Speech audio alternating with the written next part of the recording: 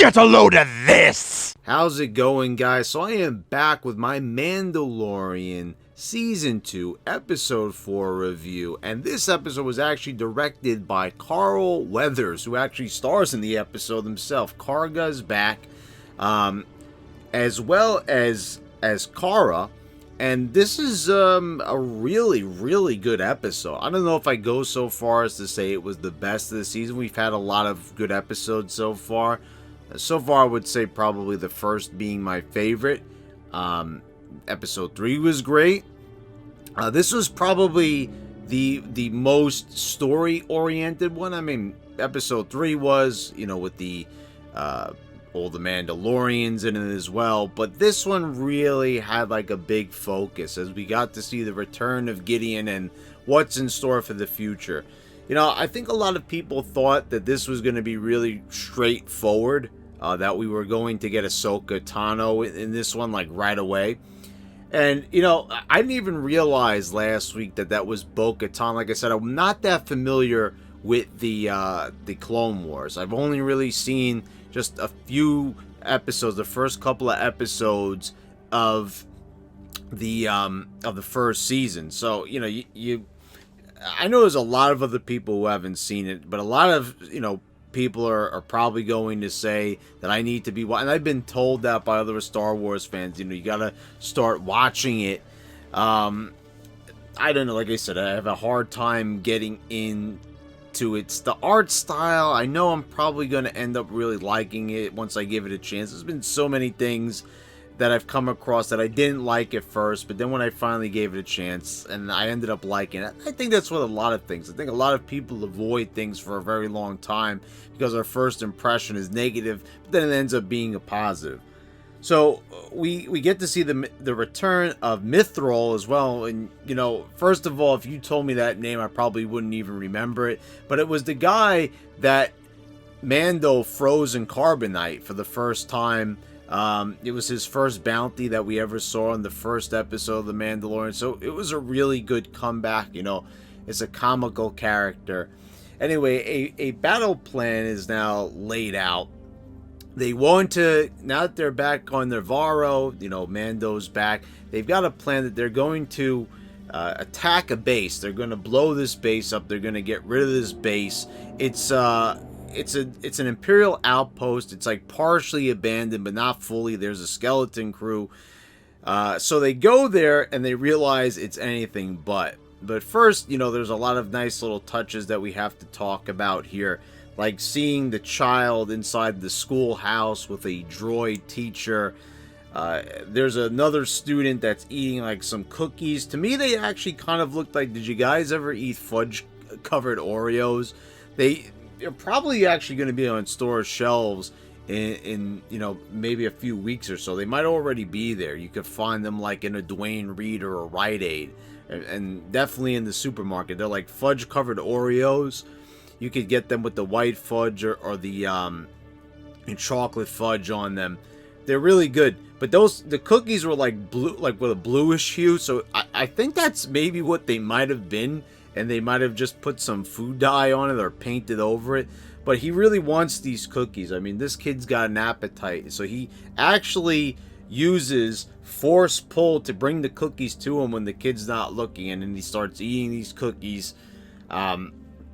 I thought that was a pretty funny scene. We haven't seen the child use the force yet this season. So it was funny that, you've got the spiders attacking them in the second episode. You've got the child's life being endangered, almost getting eaten alive by the sea creature. You've got the first episode with the crate dragon. Yeah, that would have been a good time to use the force, but no.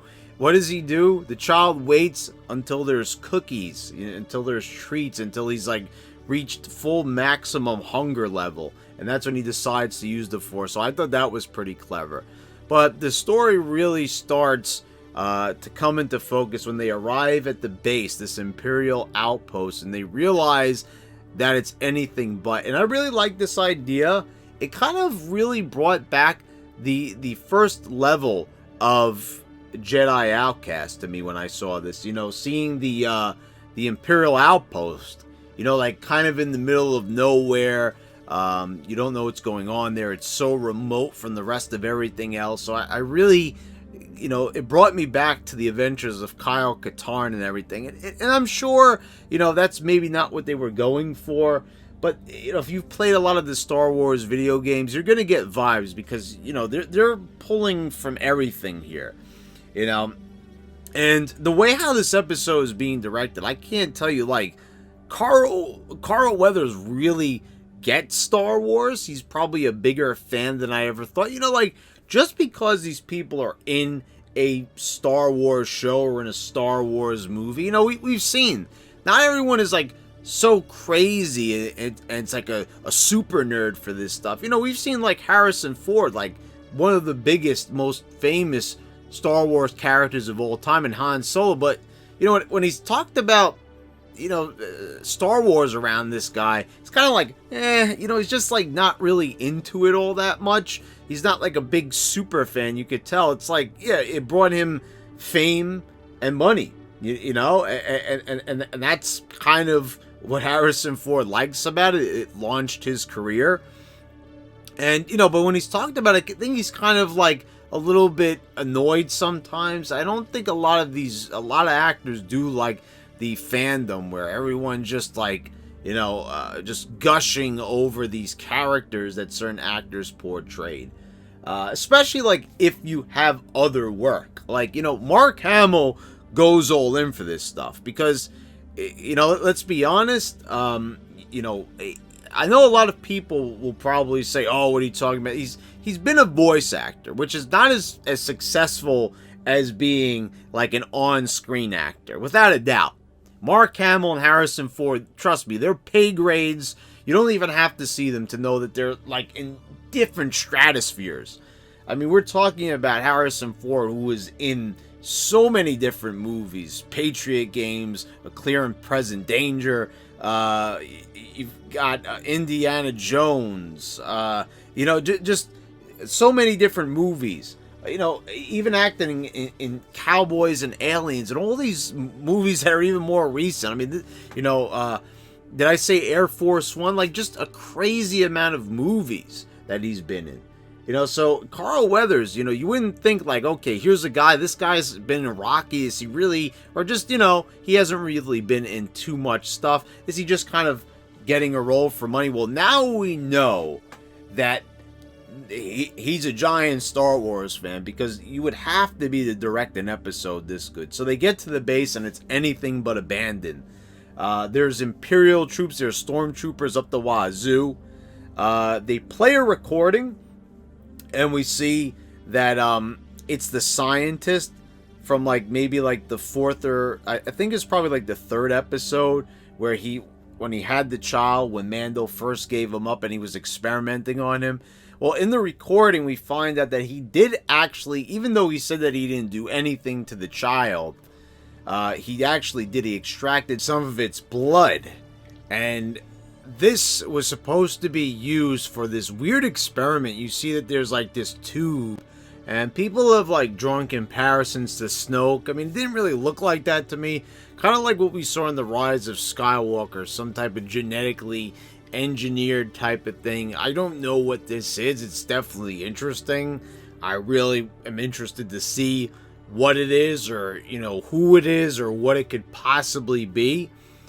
But before they could really concentrate on that too much, you've got stormtroopers just swarming them from every direction. After hearing this recording, they find out it was from 3 days ago. Mando, I actually kind of forgot about this. Mando is actually under the impression that Gideon is dead. So he thinks that this is no recording, but it's only from 3 days ago. So after hearing this, he rushes back to get the child at the schoolhouse. And now you've got Kara, Karga, and Mithril. Now they're left on their lonesome, and now they have to find their way out of here. And Kara sees a vehicle, which we actually saw. Forgot that this was used as, like, a transport for the Imperials, Gideon's troops. Towards the end of the first season, it was either in, like, episode 7 or episode 8. And this is what they used to transport the troops, when they were kind of held up in that building. Remember when they were trying to hold off all the stormtroopers and Mando got wounded? So they brought this vehicle back, and I didn't even know that vehicle had any significance when I watched that episode. But I found out actually by reading some articles after seeing this episode, that is actually like an old Kenner toy. Yeah, like the first Star Wars line of toys made by Kenner. They had this vehicle, and it had like some gun turrets on it. And what they did is they turned this thing into like a real life vehicle, and they featured it in Rebels, which was another show that I didn't watch. But apparently they brought it back to life, and they did so for the first season of The Mandalorian. But that's like a really, really deep cut there. I mean, the fact that they would actually go back to something, a toy from 1979, and bring it back, like something that probably not even most hardcore Star Wars fans even remember, but they did it anyway. From this part, they commandeered his vehicle, and it was just awesome, just diving off this cliff, and then the stormtroopers jumping on the speeder bikes, like very reminiscent of Return of the Jedi. But this was like a much different, like way more going on type of scene. Then TIE fighters start swarming around them, and they manage to escape in the nick of time. And then at the end of this episode, you see the rebels, by the way. They're talking to Cara. They want Cara to join up with them. They say what a great soldier she is. So Mando is already off. His ship is repaired. But then we learn that one of the mechanics has actually planted a tracker on the Razor Crest. And, as he's leaving Navarro, we see Gideon. And he's informed of the tracker, and he's observing some things in some glass tubes, and they're not more of the experiments that I mentioned before. These are suits of armor, which was another thing that really brought back a lot of memories of Jedi Outcast. When you saw those shadow troopers, remember those? That's kind of what the armor. It didn't really look like that. It kind of looked a little bit like the Purge Troopers that you see in Force Unleashed. I'm getting a lot of different video game vibes, but that's the thing. They're pulling from a lot of different expanded universe stuff, and well, I guess Legends now type of material. So, I like when I kind of get those feelings of old, Star Wars expanded universe material. And that's what I got from looking at this armor. So obviously this is going to be utilized later on. I'm sure Gideon is going, he's looking for his revenge on Mando, looking for his revenge on Karga and Cara, of course. So I'm sure that we're going to be seeing this armor in action. Altogether, that part, when they're racing, when they dive off the cliff, that's just classic, high octane, not only Star Wars action, just top tier, movie style action. This is coming from a TV show, and just really well done and put together. And I'm sure we've got a lot of talented people working on The Mandalorian, but the fact that Carl Weathers oversaw all this, put this all together, approved all this, I mean, it was an ace in the hole. It was fantastic. It was a thrill ride. The story really progressed at a rapid rate, and this was a really, really strong episode. A lot happened. I'm sure we've got a tremendous producer working on this. So many people working on it, so many talented people that, of course, he had all this material to work with, but the way how it was all put together, it was just very well put together. A good flow to this episode. There's never really any very slow moments. If there's one thing you notice, that The Mandalorian doesn't always have to abide by, like I said, a 45-minute time. They don't have an approximate running time for it. You've seen we've had half-an-hour episodes. We've had 40-minute episodes. We've had 56-minute episodes, whatever it takes to tell the story pretty much. And that's what I've always been a fan of. It's been the same thing when it comes to movies. I hate when they feel that they have to extend the movie to a certain time, that they have to make the movie a certain running length. Like, I'm always more in favor of get in and get out. There's nothing worse than when a movie drags. And I've said this time and time again. You could go back to any of my movie reviews or any shows that I've reviewed here on this channel. I hate when they feel like a movie needs to be 2.5 hours. And I've talked about this at length. What's a great example? I don't think there's any better example than the Avengers Endgame. A good movie, a solid movie that just had way too much going on. Way too much material that didn't really need to be there in the first place. They could have told the same story in a much shorter, abridged version. And the thing that I really like about this show is they don't feel the need to rush things. And, that could be a bad thing too, that, you're taking too much time to explain something. You're bogging it down. I just talked about, making things just totally dragged out, but you don't get that. You've got so many things. There's Ahsoka Tano there that they haven't even met yet. And in the first episode, Boba freaking Fett. And, they're not rushing into it. They're letting that kind of mold over in your mind. Well, when are they going to show it? When are they going to go back to this? Are we going to see this? It's almost in a way, you almost question, are they forgetting? Of course they're not. This is brilliance if I ever did see it. I mean, you're building anticipation now for 2 different things. And they didn't even need to give you that in this episode for you to appreciate it. Just think about that.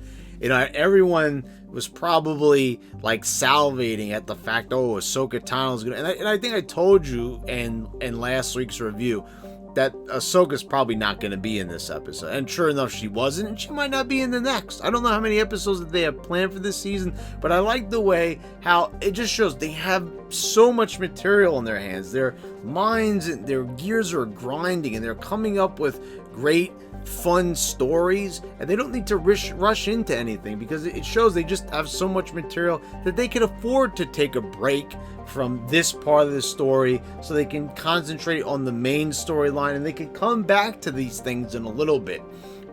And I'm all for that. Fantastic episode. It was really great. And guys, thank you all for watching. Please subscribe if you haven't already. Click the bell so you get all notifications when I post all my new videos. I want to thank all my patrons, of course. And guys, thanks again. I'll see you next time.